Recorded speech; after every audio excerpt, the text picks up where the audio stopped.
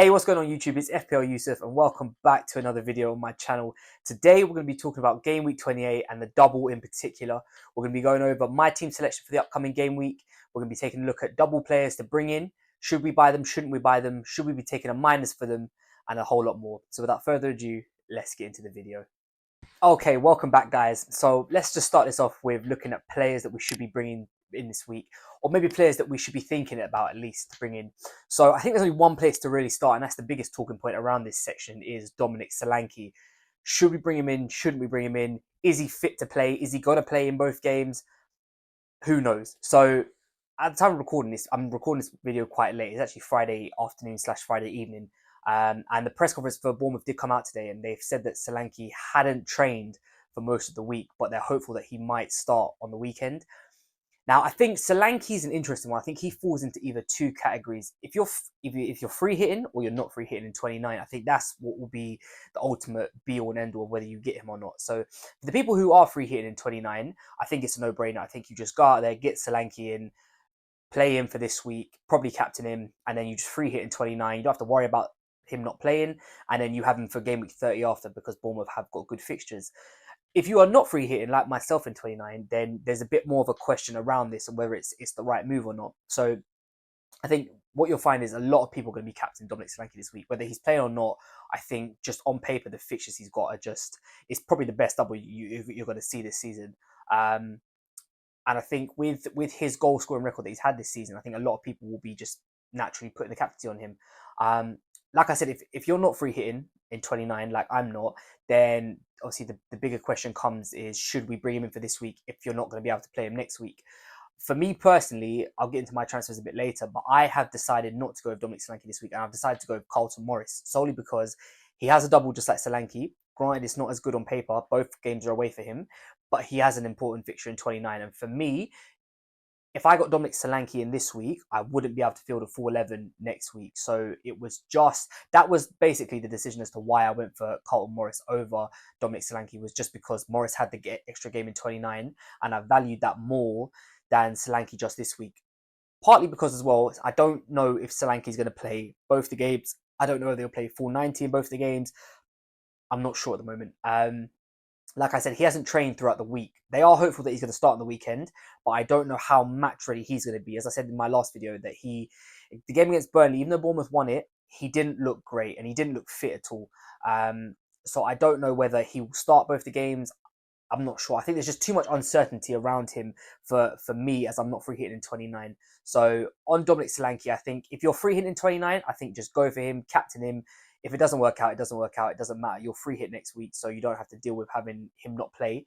I think if you're like me and you're not free hitting, I think there is still a question to be asked whether or not Solanke is the right move or not.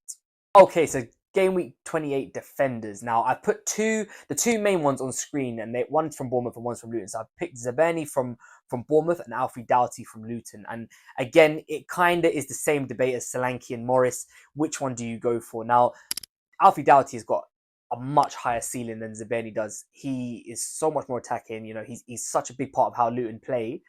Whereas Zaberni is a lot more defensive minded. He hasn't really got the XG in terms of goal numbers, but he has got the minutes. Whereas Alfie Doughty seems to get subbed off sometimes around the 70, 75th minute, which isn't necessarily a bad thing, because obviously if Luton are 1-0 up, they keep a clean sheet and he gets subbed off, he banks that clean sheet, right? Whereas Zaberni will play through the 90 minutes and there's obviously a chance they lose the clean sheet.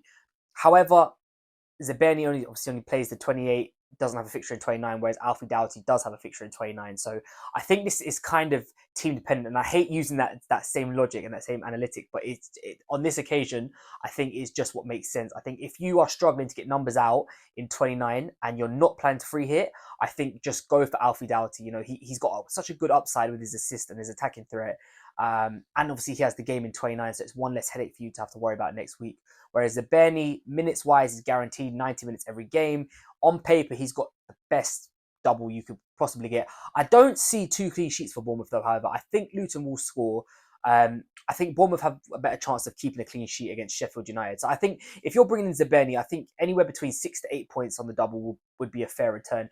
Alfie Doughty, I don't know if I see Luton keeping any clean sheets, but he definitely has a chance of getting an assist or attack in return. So I think for me personally, Alfie Doughty is the way to go on this week. He just got a higher ceiling, and like I said, it's one less headache to worry about next week for game week 29. Now let's talk about the midfielders. So I haven't put anyone down here on the slide, as you can see in particular. I've just put midfielders with a question mark. I don't really like either options from Bournemouth or from Luton. I think Luton, if you're looking at a Luton midfielder and you desperately wanted one, I think Ross Barkley is probably the guy you would go with. He's, guaranteed the 90 minutes. He's fairly cheap. I just feel like they use him more as a quarterback role. He seems to be playing like a number 6 and sort of trying to dictate the play, which is probably not what you would want from someone like Ross Barkley. You'd want him higher up the pitch in like a number 8, number 10 role, sort of having an impact on how things are going forward. From Bournemouth, they've got a few more options. They've got, Justin Kluivert, Tavernier, Lewis Cook. The only thing about Bournemouth midfield is that they seem to get chopped and changed a lot, and there doesn't seem to be anyone who really does play 90 minutes. Tavernier seems to be the best for minutes, but even he's not guaranteed 90 minutes. And I just don't, for me personally, I just don't really rate any of the Bournemouth midfielders. I think if you're going to go for someone Bournemouth, it's either Semenyo or Solanke as a striker. But obviously that's a hard one because most people have got 3 good strikers that they're looking at right now. So midfielder-wise, over both these doubles for these teams, I wouldn't really prioritise anyone from there. I think defenders, cool. You could go for a keeper, either Neto or Kaminsky, and obviously the forwards as well. But the midfielders, I would sort of just actively avoid if I was you. There's so many other midfielders in the game, and I think even the midfielders with a single game week, I think they will probably end up scoring higher than the Luton and Bournemouth midfielders will with a double. So yeah, for me personally, midfield is just something that I'm personally going to stay away from. I don't really see the options there or the players who've got the XG to warrant bringing them in, especially for a transfer. So yeah, for me, defenders, goalkeepers, strikers are all good, but midfielder I would stay away from. Okay, so as you guys can see on screen, this is what my team going to game week 28 will be like. I have already made my transfers early. So I got rid of Ben Mee at the start of the week because he's ruled out for the rest of the season, and I got in Anthony Robertson from Fulham. He's got a good fixture this week. Wolves away. I don't think Wolves have got any fit attackers at the moment, so I'm hoping for a clean sheet there. And obviously he has the added bonus of having a fixture in 29. And then the other transfer I made, and I cannot believe that I'm even saying this, but I have sold Erling Haaland for Carlton Morris, who will be my captain this week. It seems like such a crime to be saying that I've sold Haaland for a Luton striker. No disrespect to any Luton fans out there, but Haaland, 1 fixture in the next 2, and it's against Liverpool at Anfield, versus Carlton Morris, who has got 3 fixtures over the next 2 games. Guaranteed 90 minutes when he plays, is on penalties. The upside was just so much better for him. So I have taken a -4 this week. And this is how my team is lining up. So overall, I'm happy with how things have played out. I think, part of the transfers this week have been also with a thought in mind for the upcoming game weeks. 29, obviously the blank. 30 is when fixture swings changes. Mo Salah's back. I probably want to get someone like Cole Palmer, Malo Gusto in because Chelsea's fixtures turn. So there is a long-term sort of view with this as well. But yeah, so this is how basically my team's going to line up for this week. We're going to start with Kaminsky in goal. Obviously, David Raya can't play against Brentford, so he plus Kaminsky's got a double, so he's going to play. Gabriel against Brentford, I'm hoping for an Arsenal clean sheet there, which sounds a bit ironic because I've got Ivan Toney starting up front, but I think I'd rather start Toney than maybe Van Dijk against Man City. Obviously got coupled up with Robertson and Doughty in the midfield. Bukayo Saka. Now, Bukayo Saka is actually flagged on FPL. He says he's got an illness and 75% chance of playing. For me personally, I think he will be there. He's someone, as an Arsenal fan as well, speaking from experience, he is someone that just doesn't seem to miss games at all. He's always ready and available. So I don't think anyone should be worried about that. Son's playing for me this week. Obviously got his goal last week. A lot of talk about around the Spurs players at the moment and whether or not we should be looking to bring them in. I think for the short term, I think it's definitely the right move. Obviously, they play in game week 29. They have a good fixture against Luton at home in game week 30. So I think, at least for the shortcomings, Spurs players are good options. I think when Salah comes back, then there's probably an argument to be made around them and whether or not you want to keep them or not. But until that point comes, I think they're absolutely fine to have in the team. And as you can see up front, I've got Carlton Morris as my captain. Ollie Watkins is playing with Ivan Toney as well. So hopefully, fingers crossed, it'll be a good game week for us.